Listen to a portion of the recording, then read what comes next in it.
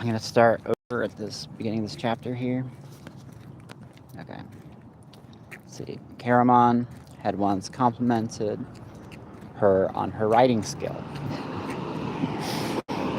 until leaving Palanthas with Tanis Half-Elven to ride south to seek the magical forest of Wayreth.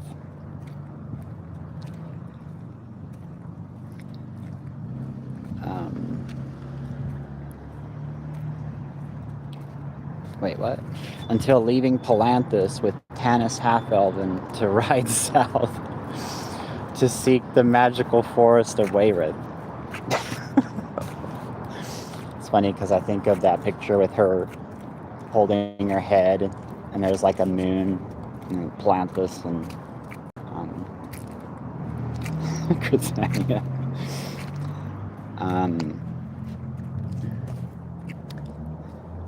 Chrysania had never been nearer a horse than seated inside one of her father's elegant carriages. Women of Palanthas did not ride, not even for pleasure, as did the other Solamnic women. But that had been in her other life.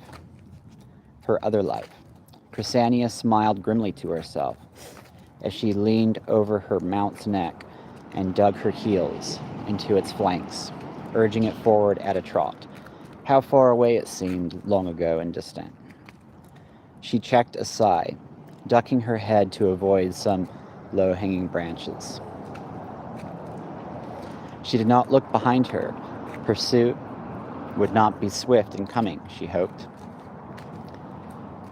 There were the messengers. Caramon would have to deal with them, and he dared not send any of his guards out without him. Not after the witch. Suddenly, Chrysania laughed. If anyone ever looked like a witch, I do. She had not bothered to change her torn robes. When Caramon had found her in the woods, he fastened them together with clasps from his cloak. The robes had ceased long ago to be snowy white from travel and wear, and being washed in streams. They had dulled to a dove-colored gray. It's funny because of that recent thing I made. And about her, or asked her to give me gray or whatever. It was like the last thing, I think. Now torn and mud-spattered, they fluttered around her like bed-raggled feathers. Her cloak whipped out behind her as she rode. Her black hair was a tangled mess. She could scarcely see through it. A tangled mess. Mass. A tangled mass. She could scarcely see through it. She rode out into the woods. Ahead of her stretched the grasslands. She reined in the horse for a moment to study the land lying ahead of her. The animal, used to plodding along. Whoa!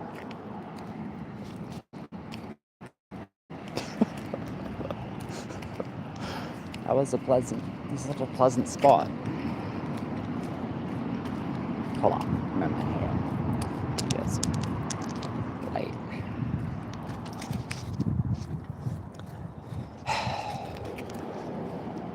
Okay, where is my light? There it is.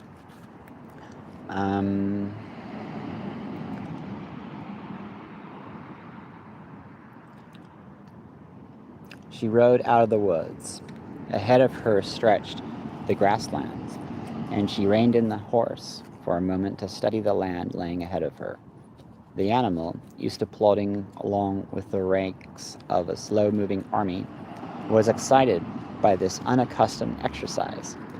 It shook its head and danced ways a few steps, looking longingly at the smooth expanse of grass, begging for a run. Chrysania patted its neck. "Come on, boy," she urged, giving it free rein. Nostrils flaring, the horse laid back its ears and sprang forward, galloping across the open grasslands, thrilling in its newfound freedom. Clinging onto the creature's neck, Kusania gave herself up to the pleasure of her newfound freedom. Oh, great. The warm afternoon sun was a pleasant contrast to the sharp, biting wind in her face. Oh my gosh.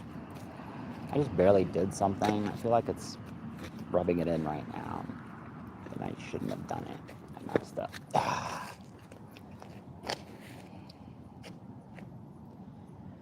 It was too big. It was too big. Too big what I did to her, what she did to me. It can't be like that. It can't be like looking for reasons to choose somebody else.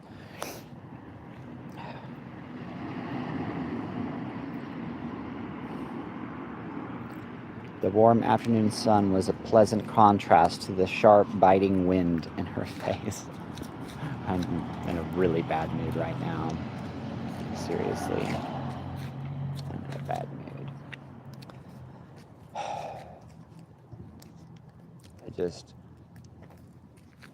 I can't believe what happened to me. I can't believe it. I can't believe my ex-girlfriend would do that. It's just absolutely shocking that that was even possible.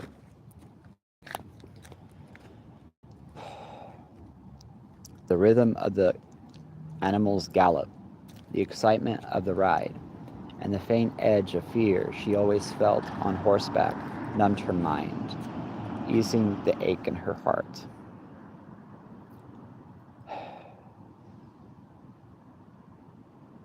Oh my God.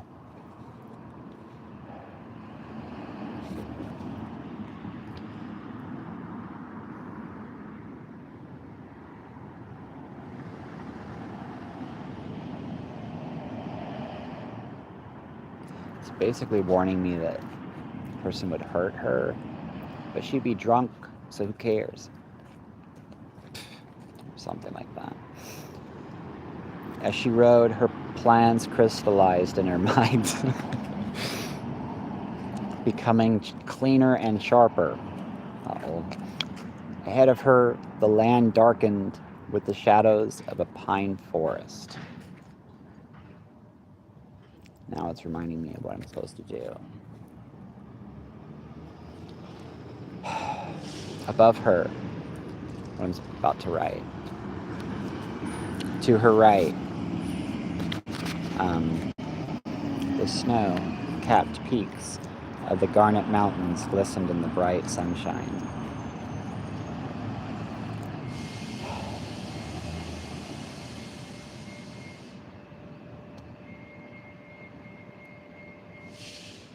It's reminding me of my right to smoke because I have a menthol pack of cigarettes that look like that. They have mountains on it. I need to stop. I'm just sharing, weird. It's a really cool way to look at it. I know that certain people will trip out forever. They'll have a wonderful experience comparing it to real people because it is really, really accurate. Kusania slowed the horse's mad gallop and guided it toward the distant woods. Hopefully that's real. Hopefully it stays like that. Giving the reins a sharp jerk to remind the animal that she was in control. So she's like saying, no thanks.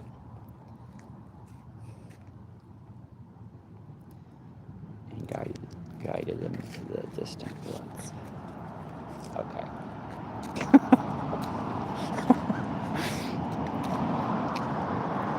Well,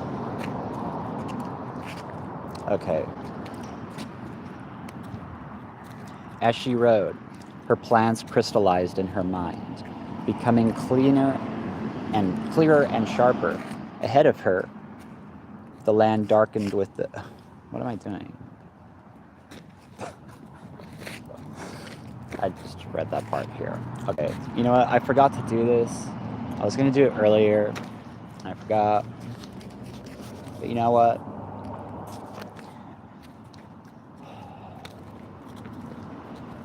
I need to calm down. I'm just in such a bad mood right now. I'm in such a bad mood right now.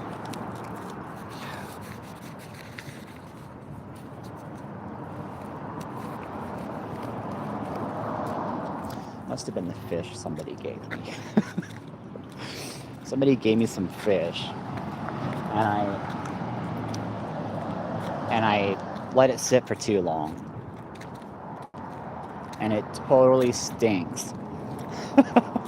It totally stinks, and I can't, like, I have to figure out a way to get the smell out. It's like seriously bad. It's like rotten fish. It's really horrible. Anyways, wow, this story is really cool. It is so much better reading it like this. I really like this mace thing that he has here. I'm right about to write in my blog post about the button on her hip and what it meant, and what I was supposed to do. It's so cool because there's a green button on his mace. And wait a second, I get some light here. Green and what? Is it yellow?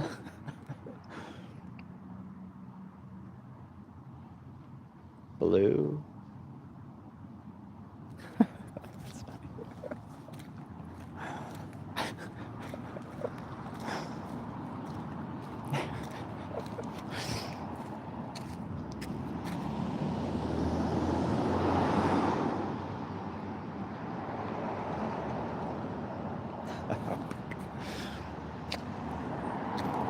Anyways, okay. So I'm gonna do it. I'm gonna read this every day. I'll read it every day, every night.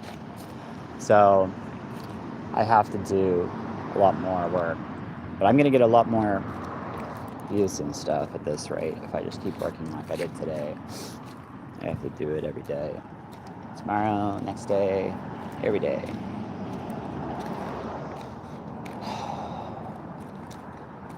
Must have handed out hundreds of flyers. I mean, I stopped doing it. I didn't really do it like I was supposed to. I was working on other things and stuff. I just have to do it. I have to